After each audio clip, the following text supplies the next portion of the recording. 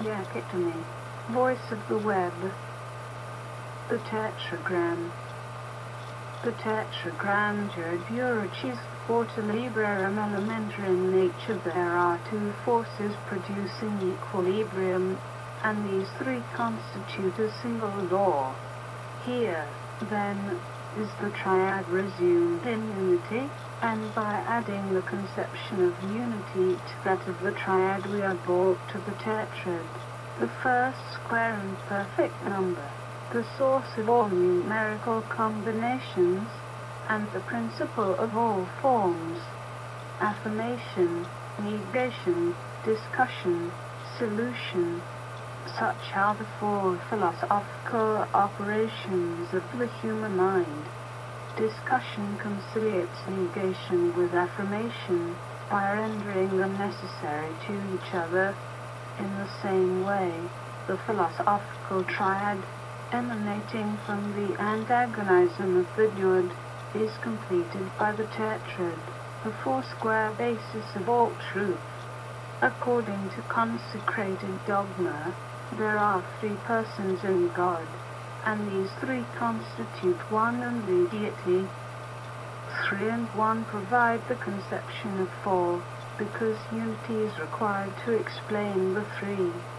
Hence, in almost all languages, the name of God consists of 4 letters, and in Hebrew these 4 are really 3, one of them being repeated twice, that which expresses the word and the creation of the word.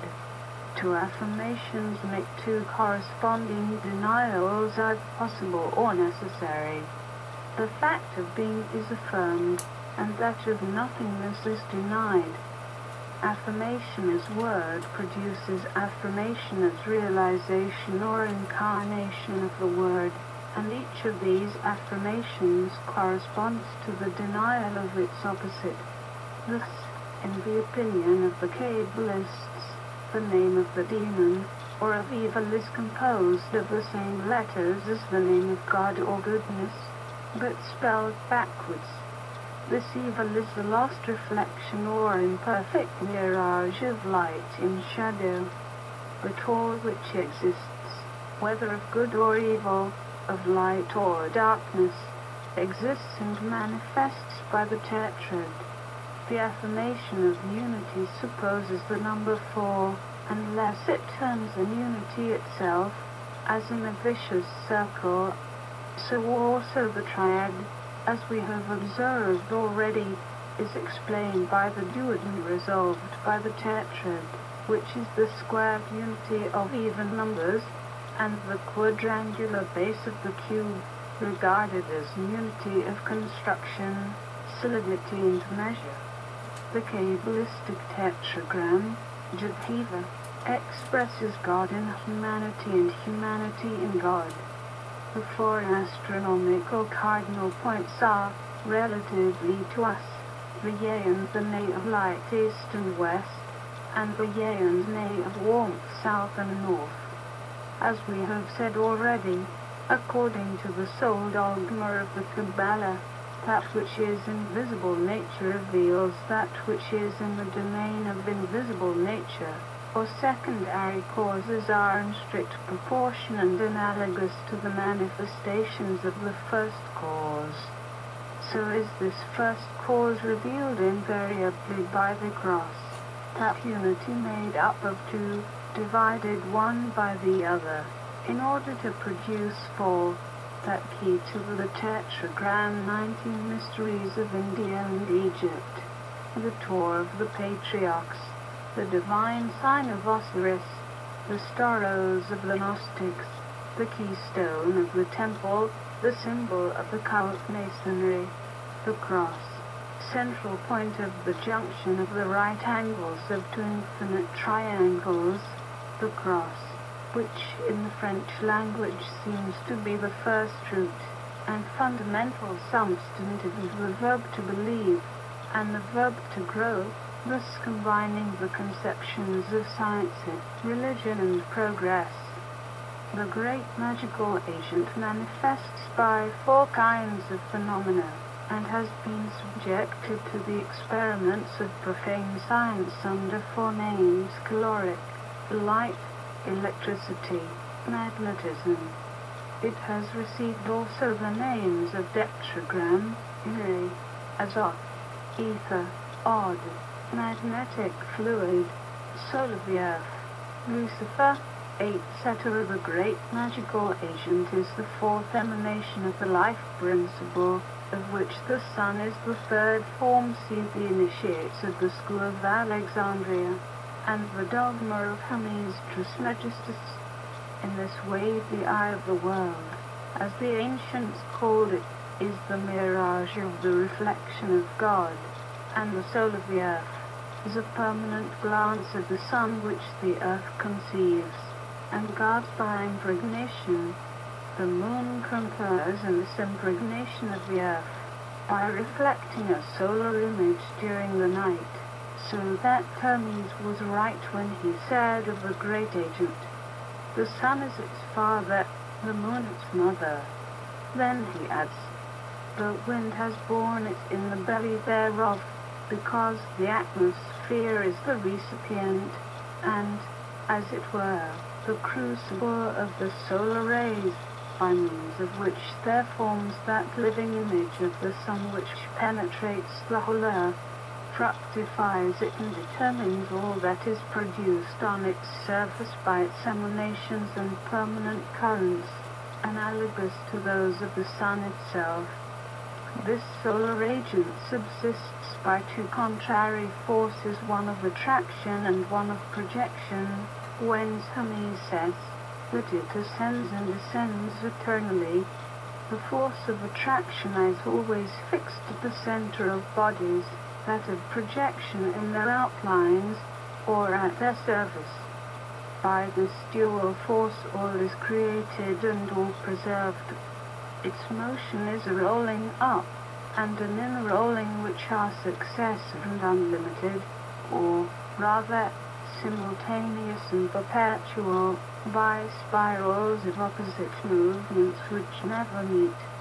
It is the same movement as that of the sun, at once attracting and repelling all the planets of its system.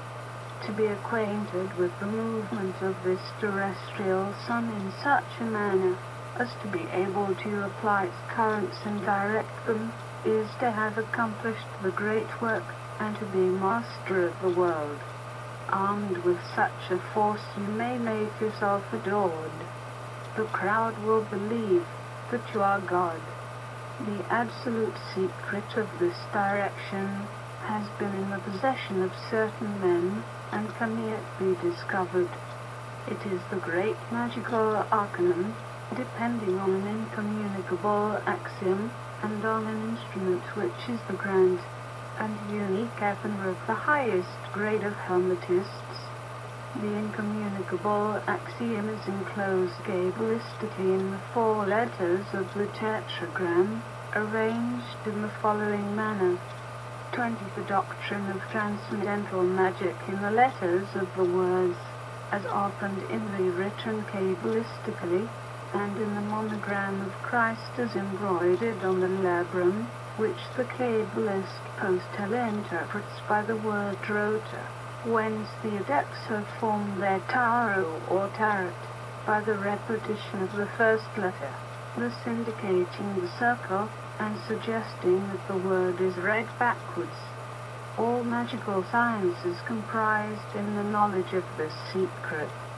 To know it and have the courage to use it is human omnipotence. To reveal it to a profane person is to lose it.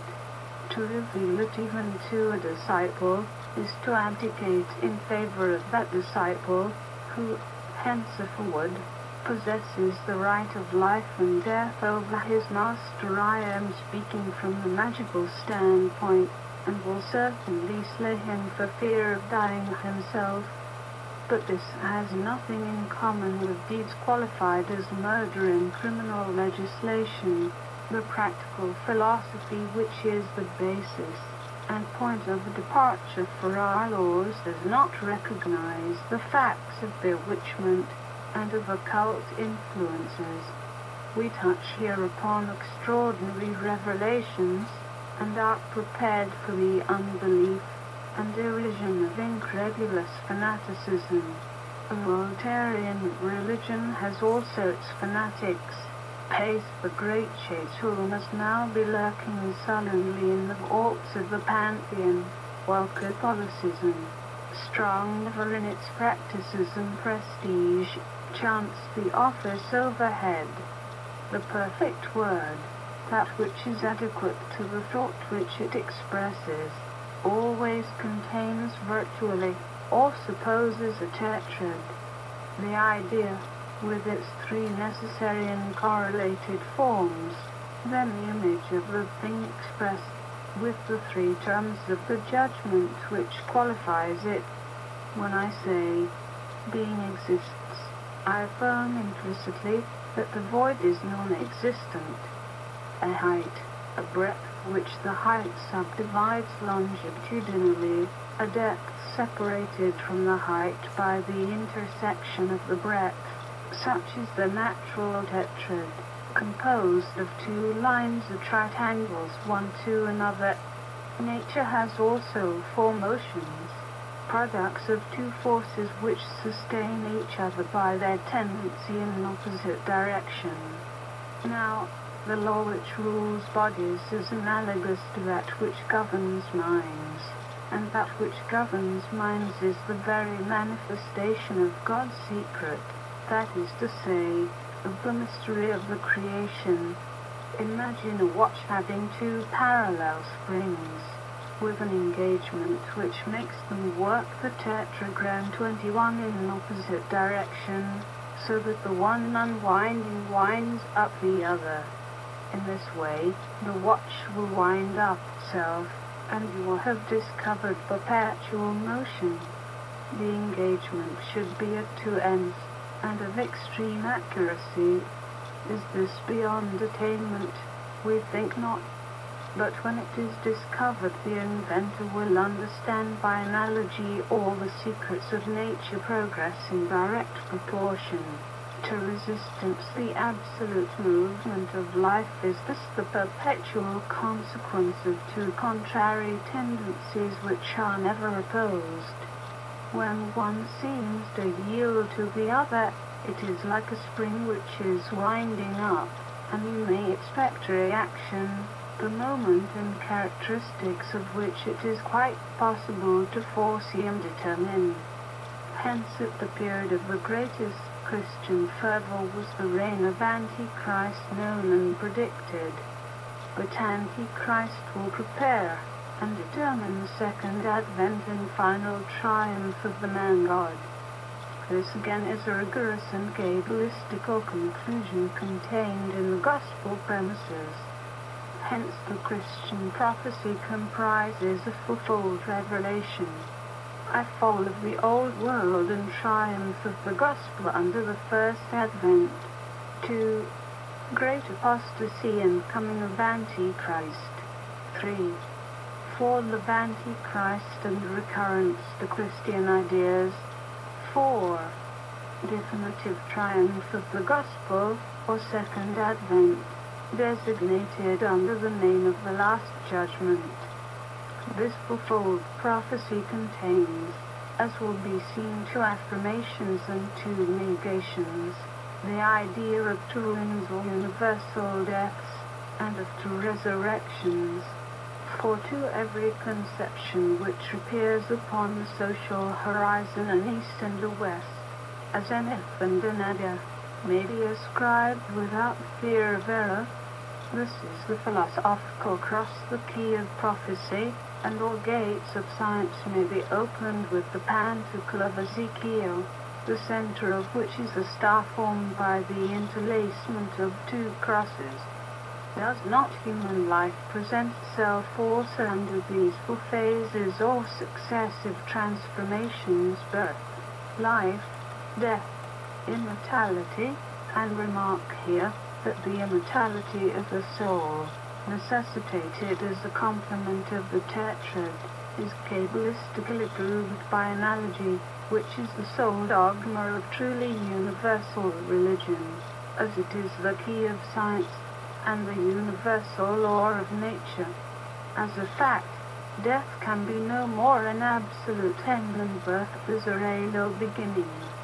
Birth proves the pre-existence of the human being, since nothing is produced from nothing, and death proves immortality, since being can no more cease from being than nothingness can cease to be nothingness.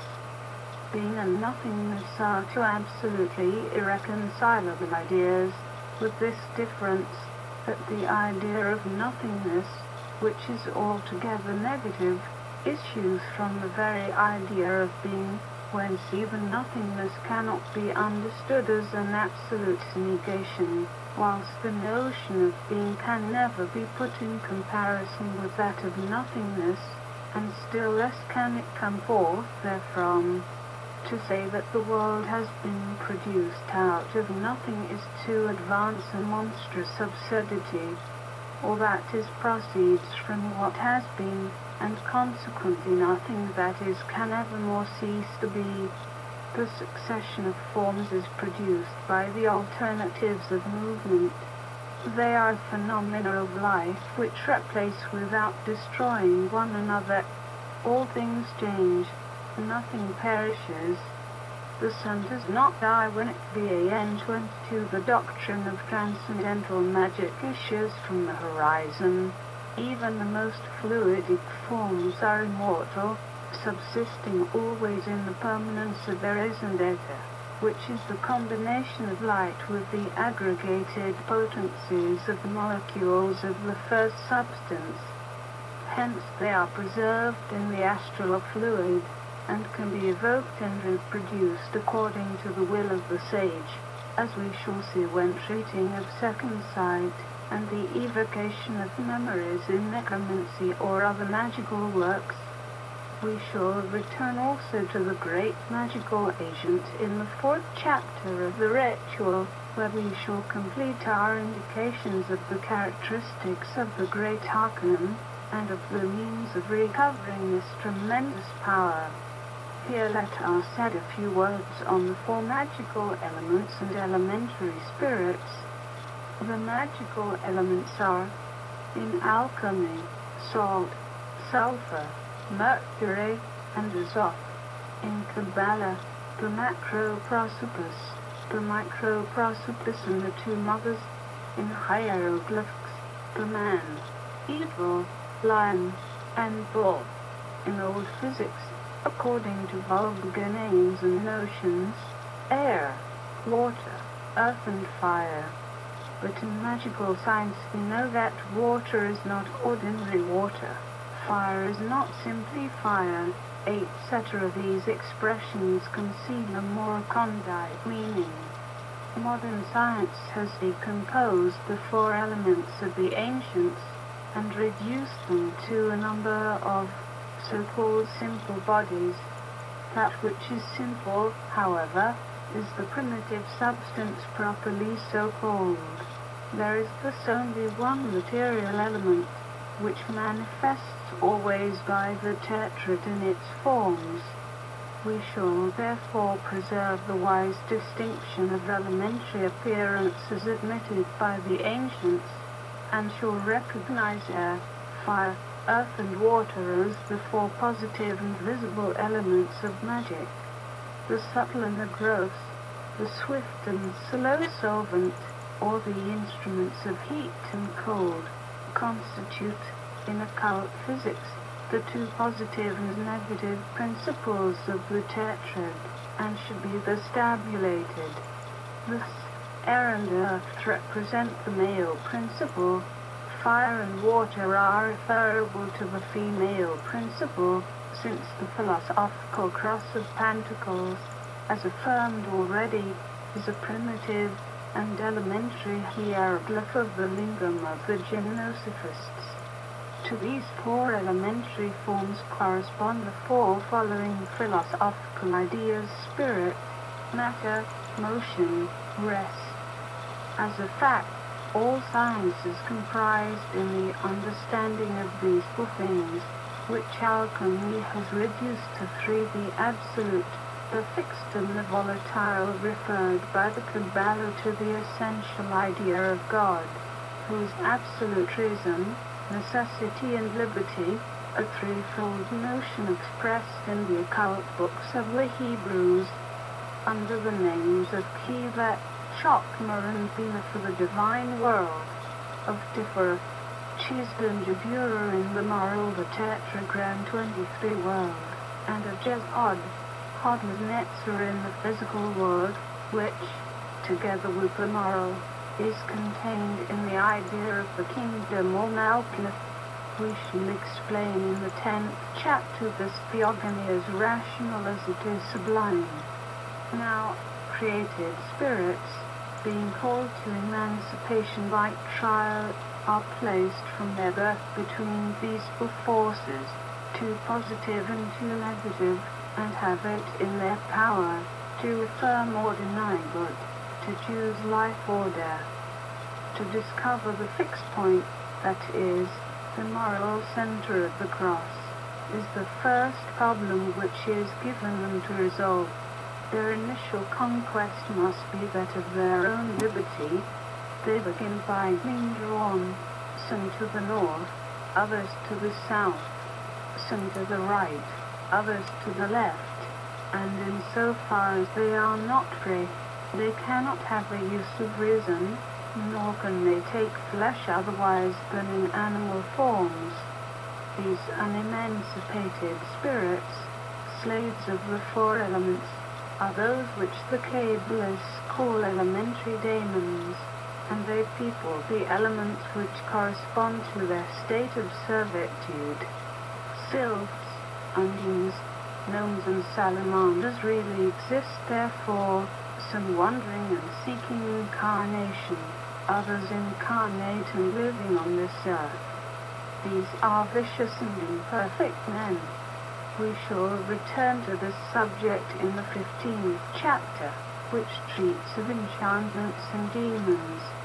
That is also an occult tradition by which the ancients were led to admit the existence of 4 ages in the world. Only it was not made known to the vulgar that these ages are successive and are renewed, like the 4 seasons of a year. Thus, the golden age has passed, and it is yet to come. This, however, belongs to the spirit of prophecy, and we shall speak of it in the 9th chapter, which is concerned with the initiate and the seer. If we now add the idea of unity to the tetrad, we shall have, together and separately, the conceptions of the divine synthesis and analysis, the God of the initiates, and that of the profane. Here the doctrine becomes more popular, as it passes from the domain of the abstract, the grand hierophant intervenes,